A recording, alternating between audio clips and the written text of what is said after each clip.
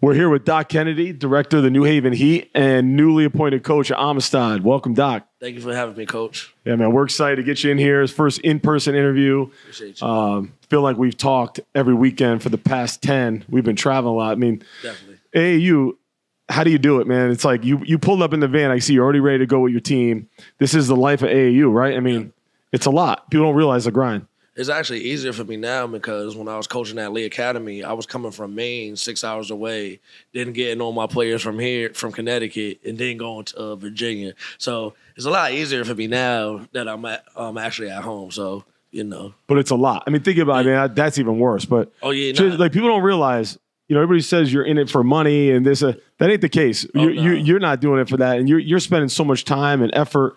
You're fundraising, right? Your weekends, you don't really have them for yourself. Yep, no, it's definitely difficult, especially with the kids that we focus on is the inner city kids. So we're not getting rich off it. Some of them don't even have money at all. We don't want to stop their exposure, So we do try to fundraise a lot more. But when you have so many programs fundraising, and not just for basketball, they're fundraising for volleyball, they're fundraising for baseball. So there's only so many fundraisers that we could do to actually help where it doesn't get tiring to the community, So that's one of the biggest struggles right now is fundraising because there's so much to fundraise for. And it's like basketball, it's a bunch of basketball teams, and like I said, it's a bunch of youth teams in general. So it's just figuring out different ways to fundraise to actually help and get some money towards the program and the travel part.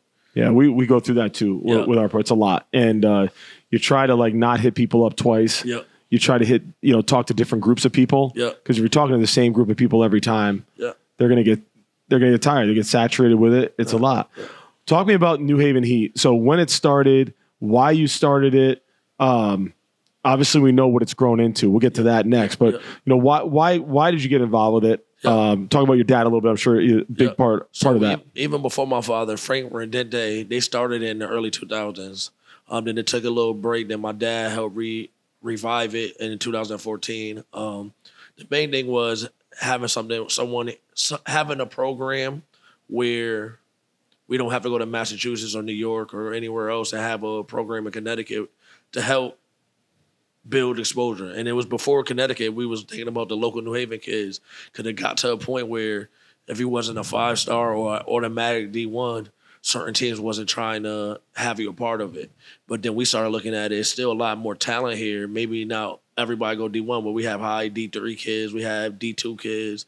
And then the bigger we got, that's when some of the D1 kids started coming into the program. But the start was to help inner city kids and Connecticut kids in general to have a bigger platform or have exposure. And you've built it from the local level to now the programs on Made Hoops Top Circuit, the MHC. Mm-hmm. I know this past weekend I got to watch some of the game. It was a great game. You guys had a wonderful start. Yeah. You almost, I always joke, kids will try to find a way to give it back, and you almost did, but you held on and you beat Western Michigan, right? Western Michigan is the #1 team on the MHC. Yeah. So, you guys have come so far. Talk about that journey to get to that point and the grind, and there's probably a lot of frustrations in that. Oh yeah, not for sure. So it took a very long time to get to this point because people don't understand it's bigger than just beating the top teams. We've been beating sneaker type teams and top independents since we started, but that wasn't the only thing that they was looking for. We started playing in Zero Gravity XL. We ended up being an independent team. We were trying to get on the hoop group. They had their Connecticut teams already, and it just happened to have opportunity when Marquee Hoops was going into May Hoops. It was perfect timing because we built it up. We started getting before we even went to May Hoops, we started getting some of the top talent from the local public schools, but then we started connecting with the prep schools around. So if they didn't have a 5-star big and there was a international big that needed some opportunity, we gave them opportunity. Me going to Lee Academy helped with bringing some of the big men here because in Connecticut we have guards. Yeah. To get to the next level, we got to have some type of big men to help us out, and that's where the connection with the prep schools helped us out because that's what gave us our big men. So we got the role. They wasn't all the way there, but they were still good for us because we was going into tournaments with 6'2" big men playing against 7-footers. So when we got that opportunity to connect with some of the prep schools, and like I said, we wasn't getting their top talent, but the medium talent and the little bit lower level D1 talent, it started helping us because we always knew our guard play was scholarship level. It's just nobody gonna come see our guards if we don't have the complete team. And that's just no question. I've noticed that too, and I know when we go on the road for Notre Dame, the biggest difference is size. Yep.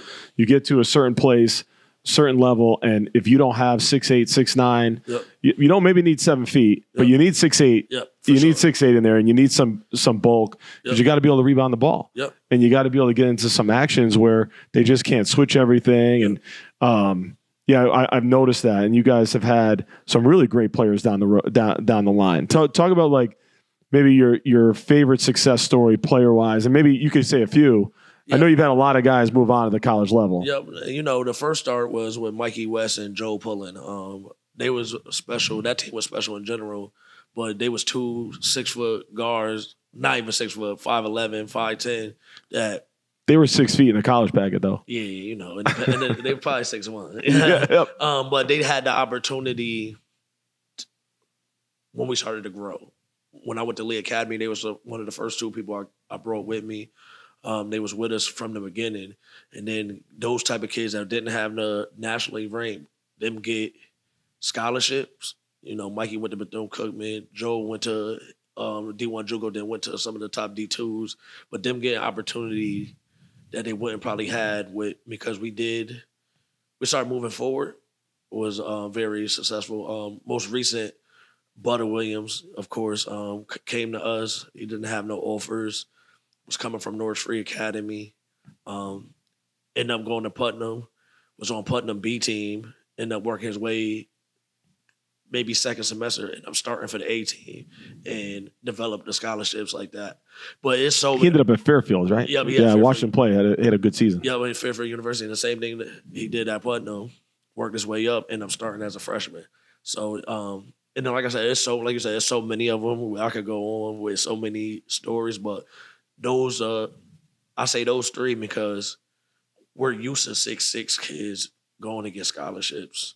We're not used to unranked 5'11", 5'10" guards getting opportunity to get scholarships. That's a great point. And I think once you've done it, that's what builds your credibility. Yep. Because you've done it. Yep. And when you could show and put it out there that you're providing an opportunity, you have the platform, and then you have the methods to get these guys from A to Z in their recruitment, that goes a long way. And it puts a lot of trust in local programs, to send their kids. I know your current point guard, one of your point guards is from my program, and we've always felt really comfortable knowing he's with you guys. And I think that is also speak to that, your relationship with local coaches, which we'll get into the article in a second, but CIAC gets a tough rap, sometimes rightfully so, with the quality of basketball. But you have a lot of CIAC players, and they've done well.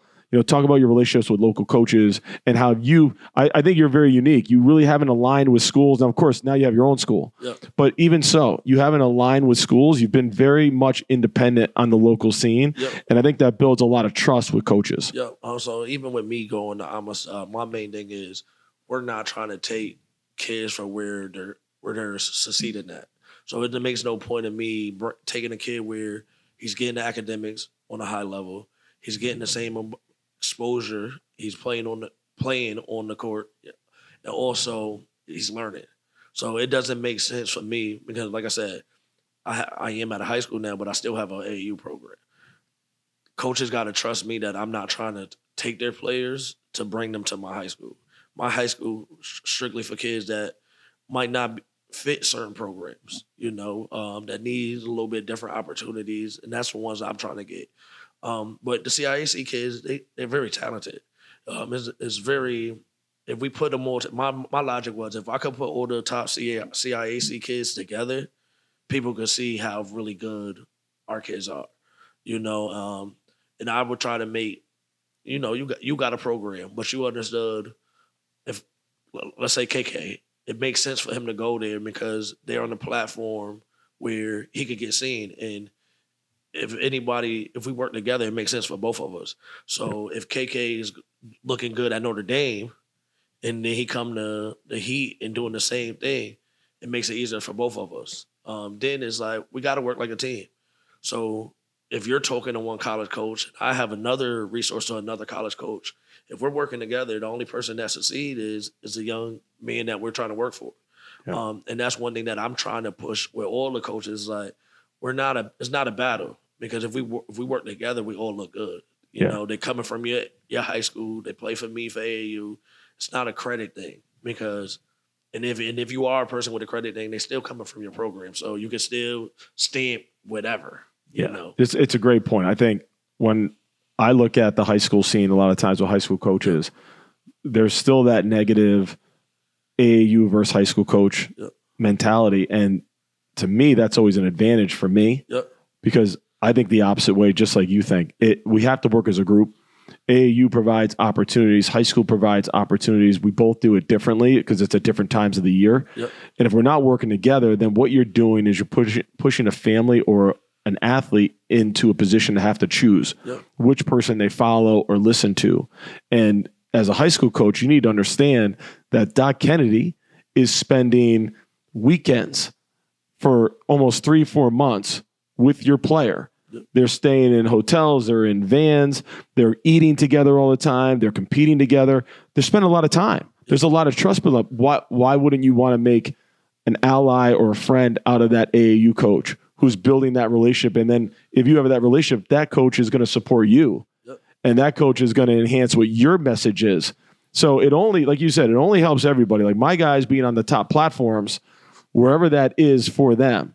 As long as it's the right position for them to be in, helps Notre Dame, because now they're getting recruited out of Notre Dame. If I don't bless that, then what's going to happen is that AAU coach or program is going to push him to another school. And then I also look at it, I kind of say like product placement, right? Everybody's not going to the NBA. So when we push our kids to certain high level, like high schools or even EYBL teams and stuff, that's cool for certain people. But if they not that, we're doing a disservice to them. So, you know, like some of my kids might be better fit out of Notre Dame than them going to a nationally known high school. Because that's not what we're looking for. If they a low major kid that has low major talent right now, they could do that at certain places, you know, and that's my thing. And then when we stay together in Connecticut, it makes it a lot easier for us to show our talent, because we also have a lot of talent in Connecticut, but they act like they're not from Connecticut because they went out high school somewhere else, went down south, or they going up north to go play AAU. And so people don't think we got the talent, but a lot of the talent do come from Connecticut. Yeah, which gets me to the article. I don't know. We had a great piece on New Haven Heat, and you in there. We highlighted DJ Hawkins, who's really been on the rise and performing really well. But we did like independent research and got into it because there's always this debate: Connecticut, New York, Mass, and then some of these other states. But I think what people really don't understand is what you're measuring the wrong thing if you're just counting top 100 players or if you're just counting McDonald's All-Americans. The reality is, if you live in Texas, which I think was number one that had most top 100 players in the last 5 years, they have like 40 million more people than us. Definitely. So like you're just going to have more good players. It's like that's the bottom line. But if you do it per million people and then you measure out pound for pound, like just talent and development, Connecticut's top 5. So like we punch above our weight class all day long. And I think you see that like when you guys go play and you're playing this team out of Western Michigan, and I'm watching 2 teams, like they have more size maybe. That's probably a common theme with your teams. But our kids are tougher. They're skilled. They're quick. So we're better than people think. For sure. I just don't think we put all that talent together. And that's what I was saying before. If we could come to common grounds as a, you know, and support, so whatever team it is, like as of right now, AU wise, we probably one of the top teams in Connecticut. So if we could pour into that, and that doesn't take away from everybody else's program. There's so many kids that has players that's players, and everybody needs something. So we got kids like, all right, if you play here where D3 coaches at, that's where you should go to. You know what I'm saying? If right now, May Hoops is bringing in low majors, and you're a low major kid. Let's send all the kids over there to the top team in Connecticut there, and I think that's where we expose a lot better. So 2 years ago, when I did have Butter, it was kind of that formula, right? You got to think about it. When I had Butter, Phil Lott came with his team from CT Focus with his son Zaire Lott, Brandon Beeman. Then Q Duncan came over there. Then we had Trav from Upchurch from your team. Yep. Alan Wright left. He wasn't with Middlesex, ended up coming over there. And then you're like, oh, we do got a lot of talent here, you know. And that's kind of like this year too with our team. We put them together. It looks a lot better. Now I can't take everybody. Exactly. I only got so many spots. And really, like for you, I know that's how I feel too. With we have the Blue Chips group going where I don't want more than 9. Yep. 10 is fine. I think you need more for practice. Yep. And I also, and this is where the commitment for our Connecticut kids, I say I want 9 or 10. I might put a couple more on because I know for sure everybody's not going to come at the same time. Yeah. Meaning we got injuries. Sometimes they book vacations when they shouldn't, but they don't be here at that time. So it ended up working out. I do think 10 is the number for me. Depth, and like I said, people get hurt. You know, like you last week you had what 2 or 3 top. Yeah, top we talent. were struggling. Yeah, we were struggling. But you had some depth that you could have put in those places. Might not be the same amount of talent, but you had enough where you could get by and win the championship. I saw in May Hoops. Yeah, you know? So that's the big thing of having not having an overload where it's certain people not playing, but having enough where it doesn't go down if somebody has foul trouble or get hurt or anything like that. Yeah, it's a balancing act to try to get it just right. Yeah. And you mentioned too, like playing in the right place. And one of the other things we pointed out in the article, we showed like the NBA statistics. Yep. It's really interesting. If you look at the top 100 over the last 5 years, I think it came out to 26% got drafted. Now that wasn't last 5 years. Actually, we had gone back 5 years prior because we didn't want to use the last 5 because obviously kids are still in college. Yep. So we actually went back 10 years ago and then brought it back up to 5 years ago. So there still might be a few kids because guys have done 6 to 7 year college things. And, so it's maybe a little skewed, but still. Yep. And then you look at like the top 10 in those, right? The percentage is much higher. It might have been like 64%. Yeah. The point is, if you're not on the top one in the top 100, if you're not a top 10 in the top 100, don't worry about NBA. Yep. You got to be focused on scholarship opportunities. It could be Division III, could be Division II. Yep. I think, how do you have these conversations with parents? Because I think one of the things you've done really well is place kids appropriately. Yep. How do you get parents to buy into the level that they actually fit at with their kids? It's actually, I keep it real with them. It's about what we're really doing it for.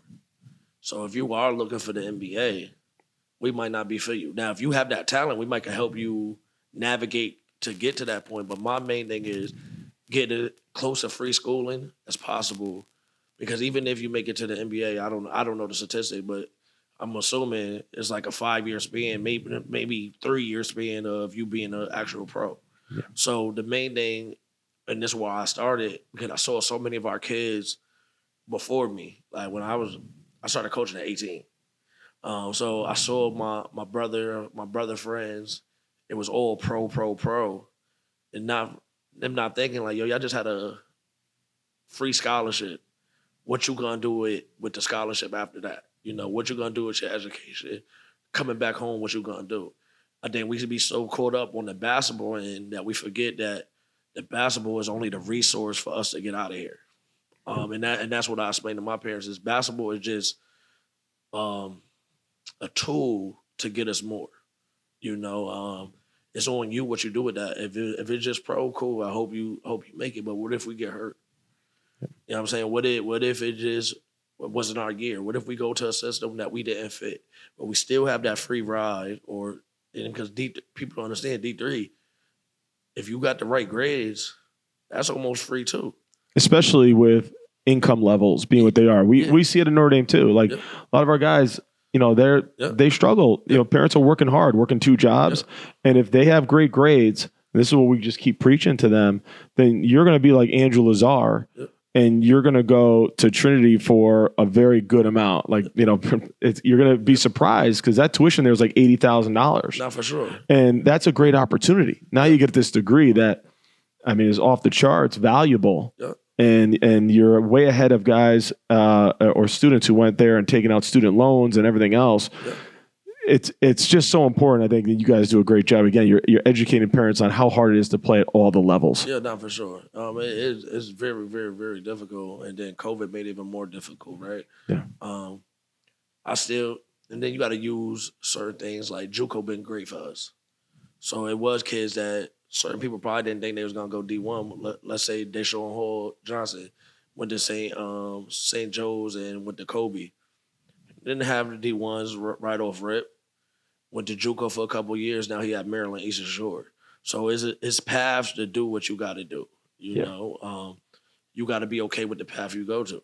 Yeah, it's not easy. That JUCO is a tough world. Yeah, you're like, they watched that documentary Last Chance U, but that's a real thing. Yeah, not for sure. Because these guys are desperate. It's like the same thing with post-grad years. Yep. You go to that post-grad year, you lived it. Yep. You know that those guys, when you go there as a player, there's nothing to fall back on now. Like it's time or time's over, right? It's very different. Yeah, and then I tell people, if you're the level that you think you are, they're gonna find you.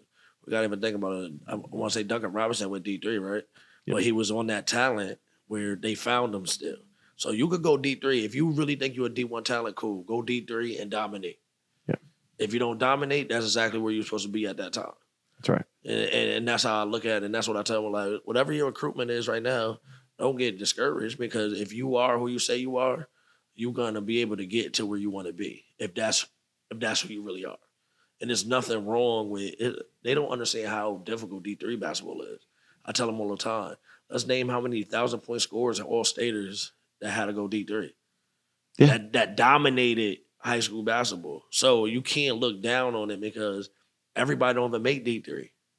And when we talk about, we're not even talking about the NAIAs and stuff like that. All these are schools that we could really got scholarship money and you could get your education, but some people don't always follow that. And that's where I tell them, like, sometimes we let our egos get in the way, and now we sitting at home when you could have been going to school and playing in front of fans and everything else. Because some of these facilities in AIA and D3 is close to, I don't want to say Division I, but a lot.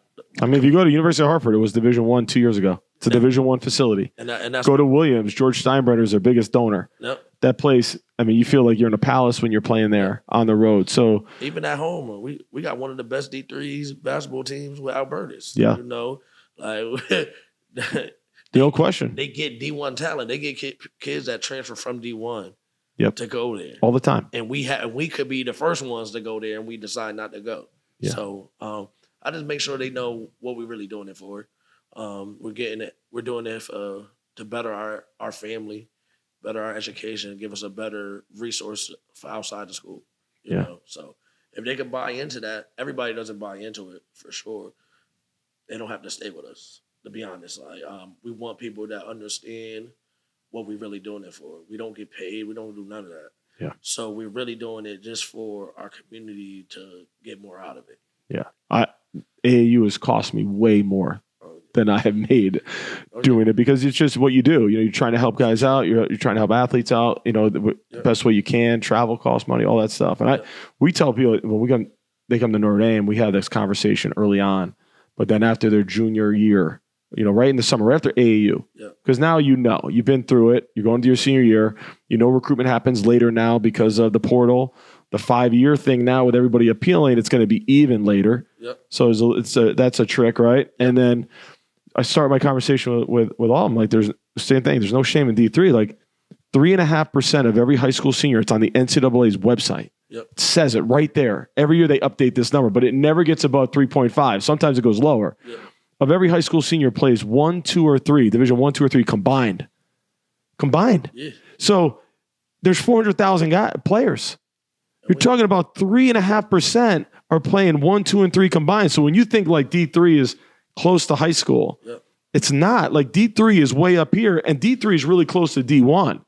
That it's really close to D1. Yeah, And so playing D3 makes you in the 97 percentile how good you are. Definitely. And that's something that parents and kids sometimes they don't realize. Like, it's a great accomplishment. And we've had a rate at Notre Dame for our seniors of over 70%. Yep. We're proud of that. Definitely. But a lot of them are D3. Yep. That's where you fall. That's a great thing. Yep. It's an accomplishment. And I always hate when people think it's a failure. It's like, you guys, you don't realize how great that is. Yeah, no, definitely. And that's what I tell them. It's definitely not a failure.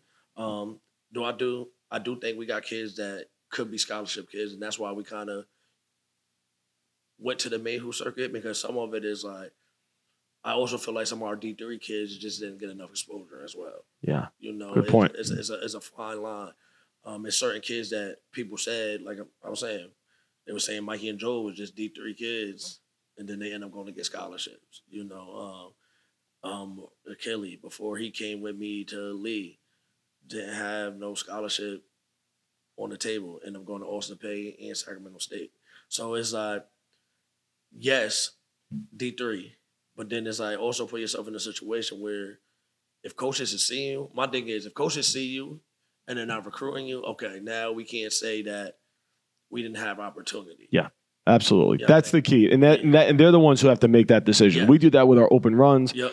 We bring in those coaches. Yep. They're there. Yep. They see the kids. We're doing Philly Live. Yep. These are opportunities. And then when you have relationships, which I know you do with the coaches, I'm sure you do the same thing I do. You have a conversation with those coaches. Yep. Hey, what do you think? I'm not asking you, would you take him? Yep. I love if you say yes. Yep. But I'm asking you, like, is he a Division I player? Do you think he's a Division II player? And if you gain enough trust with these guys, they're going to be honest with you. Yep. And they're going to give you the feedback, and then you bring that back to the player. Yep, and that's what I tell them. If we give you the exposure, it's not on us. All we can do is put you in a situation to be seen. So like you said, you go into Philly Live, D1 coaches are there. Yeah. If they're not talking to you at that time, it's not nothing that's the coach that I could do differently. Like we came from Mayhews. We have 15 to 20 coaches on the sideline every game. Then you got to understand how to process. Like, okay, they might see you with us at Mayhews. Put your name, now they're going to come see you at Notre Dame, come see you at West Haven, or come see you at Hill House or Amistad or Hampton. Now you got to be consistent. That's the word that we don't talk about a lot is consistent, right? Like, if you're not a 5-star, 4-star, even them, they got to be consistent.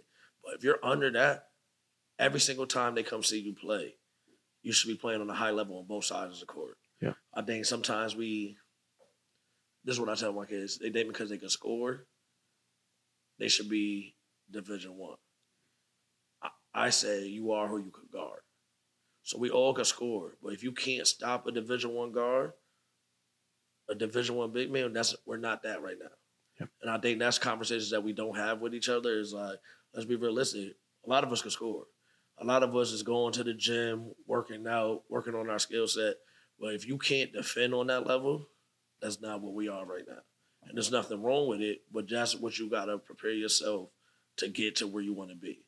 Is on the That's a great point. That's right. And you probably get this conversation. I use the same terminology when kids say, I want to be a guard, when they move like a big still. And yes, you can hit a three. Yep. Hitting a three, anybody can hit a three. Yep. But if you can't guard a guard, you're not a guard. And it just doesn't even get further than that. That's the main thing. I'm like, yo, you could be is Jokic a point guard because he bring the ball up? Right. No, he can't guard Kyrie. Yep. Now Kyrie can't guard him, but Kyrie's not trying to be a big man. That's right. So it's like nobody wants to be a big. Everybody wants to be a guard. Yeah, and it doesn't. And then you probably get more scholarship if you was comfortable being a big man because people need bigs on the next level. And if we look at it, college is used big men for who they are more than even the NBA. Way more. That's why they're so valuable. I mean, you saw last year's Final Four. Yep. That was the biggest difference with all the teams. And that's why right after the Final Four, you saw all the bigs get into the portal because value was up. The valuations like doubled based on who made the Final Four and the type of teams. If you didn't have a Terrace Reed type, right? If you didn't have Illinois had a couple guys, obviously Michigan had a bunch of them. Yep. But if you didn't have those guys, nobody was in the Final Four without that. Even Coach Cal, who we got the relationship with Abdu, was saying, I'm in the handshake lines with Arizona, and I felt like I had a junior varsity team because of the size of the guys. Yep. So the value, you're right. If you're a 6'8" kid, you may not get to play at Michigan, but Fairfield and Quinnipiac are going to look at you like you could be my Terrace Reed. You get what I'm saying? We look at Fairfield, I want to say Brandon Benjamin. He's 6'8", 6'7", walking double though. You know what I'm saying? He was getting 20 rebounds, and I think he ended up transferring out of there this year. But it's valuable. If you know how to play defense, rebound, make your free throws, you good right now. Yeah. You good. Yeah. Can you draw on a roll because of your size and your post ability? If any player wants to be a college player, whether it's a big or a guard, you got to be able to draw two to you and then make the right play. Yep. If you could do that, basketball has really gotten a lot simpler, I feel like. Get two to play, make the right play. And if you're a big who's skilled and you roll with like a lot of force, for sure. God, I mean, there's just not a lot of those guys out there. For sure. All right, some quick hitters. I'll try to think of them on the fly real quick. Yeah. Jordan or LeBron? I'm a Jordan guy. I'm a Jordan guy too. I'm a Jordan guy. I like LeBron. I think he's a very complete player. But I'm with the dogs, and I think Jordan is a dog. Favorite NBA team? New York Knicks. Oh, this is a good year for you. Yes, it is. It right. hasn't been good my whole life, but we're good now. You got it. You're good. It only takes one to feel better. Yeah. All right. Tell me if you had pick two players that you say in the NBA that you wish your guys just watched all the time and emulated. That's a good question.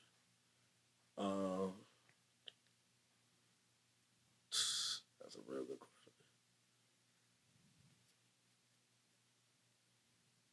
I'm a Knicks fan, so I'm gonna say Jalen Brunson, right? Yeah. His grit and his very high IQ. Like people see the scoring, that's cool, but he know how to play the game. I wish he picked it up on the defense in that time, but for being a small guard, the chip on the shoulder, that's how you're supposed to play. Yeah. That's the right way to play. I'm trying to think. Always off 2 feet. Yeah. Just controlled. Very under control. Very controlled. Very calculated. Doesn't speed him up, right? Because that's the other thing. Because he's small doesn't mean he's not the fastest on the court all the time. No. You know what I'm saying? Most of the time he's not. He's not at all. Yeah. He beats people with his brain. So that's what I tell my guards. That's how you think about. Because even with him scoring, he's still getting at least 7 to 8 assists too. Easily. You know what I'm saying? Yeah. People don't understand it. If you know how to facilitate, it makes scoring a lot easier. Because if he was just thinking about scoring, they would just double team him the whole time and make him force it up. But they know he's going to make the right play, so you got to be honest with him. Yeah. And then I'm trying to think. That was a good question, Coach. My personal is Ant Edwards. All right. He respect the game, but he know he outworks people. So he know he's not. I tell my kids, like, sometimes we're too much fans of people our age, right? So it's like we're looking at 17 or 18-year-olds. We're 17 and 18-year-olds. They're trying to go get the same scholarships as us, and we're like praising them because they're on social media more. It's like that's cool for certain people, but May Hoops, they put us against a sneaker team. So if you're a fan, like you can respect somebody without being a fan. Yep. You got to know that you're supposed to be on the court with that type level, and that's what Ant-Man. Like he said, I love KD and LeBron, but I know I'm on that level with them. So yes, I respect them, but I know I'm good enough to go right at them. So I would say Ant-Man. All right. Amistad's top rival coming in year one. Year one. Who's your rival? I don't think we got one right now. I think we're in our own lane. I think people have a narrative that I'm trying to come in here and be the super powerhouse. I really want to do it like I do at AAU. Like everybody else could be the powerhouses. That's cool. Just give me opportunity to help more kids get to the next level. That's one of the things I tell people, even with New Haven Heat. My goal is never to win the most championships. My goal is to place the most people in college. And that's the same logic I'm coming to Amistad with. Y'all can win, not you, but people can win the most championships that they could. But if they're not taking it to the next level, bringing them, putting them in a situation where they could further their career, is a disservice. Because I know I'm going to lose a couple by putting them in a situation where college coaches want to see them. Mm-hmm. But rivals though, I don't. None yet. No, not yet. It's funny. I had a parent, and I won't say the name, but son decided to transfer local school, wanted him to come over, and made the decision really late, right before the season. Yeah. And this was the time before we had actually won anything, but we had a lot of runner-ups. Yeah. I was, Marv Levy, the Bills. Yeah. That was me in the SEC. It was always runner-up. Yeah. And people would put it out there, Coach Shea can't win a championship game, can't win a big game. And I always like, well, do you don't think the quarterfinals and the semifinals are big? Like, we were never in a championship game. Now we've been in 4. We've lost them, but you do it, right? We're the other 18 teams. Like, that would be like my message. Like, but we were placing kids. His mom, and she came in, and we had lost multiple championships, and her son was going to transfer. And so she said, well, you can't win a championship. And I'm like, man, this is another coach talking. Like, this is crazy. I said, yeah, but we're putting kids in school, and it was a struggle back then because we weren't good yet, like that. We were fighting to get kids in school. And I never forget it. She says, that's all you care about is putting kids in school? And I'm like, wait a minute. You're supposed to be saying that to me. Like, I'm trying to get your son into school, and that is the most important thing. And the success will come from that. If you do that, you're going to have success. So it was frustrating, but I think for the most part, people understand like what you're doing, and I think it's great. Like, you're focused on getting kids to school, and you will have success at Amistad just because if you're putting kids in schools, it comes with it. Guess what? You're going to win. So I want to wrap it up. Doc, give me your last word. I want to say thank you for coming on, number one. But, one last thought to leave everybody with. Go where you're supposed to go, the level you're supposed to go. Do the right thing. Make sure you remember basketball is just a tool to get you further in life. Basketball is not the end-all, be-all, but it just helps you become a better person and put you in a better situation where you can help your family and your community. Appreciate it. It's great. Well said. Doc, thanks for coming, man. Appreciate you coming on. Thank you. All right, hopefully everybody subscribes, gets on Vertical Hoops Weekly newsletter every Monday, and then we'll be doing these every Thursday. So appreciate you coming on, Doc. Thanks, man. Yes, sir.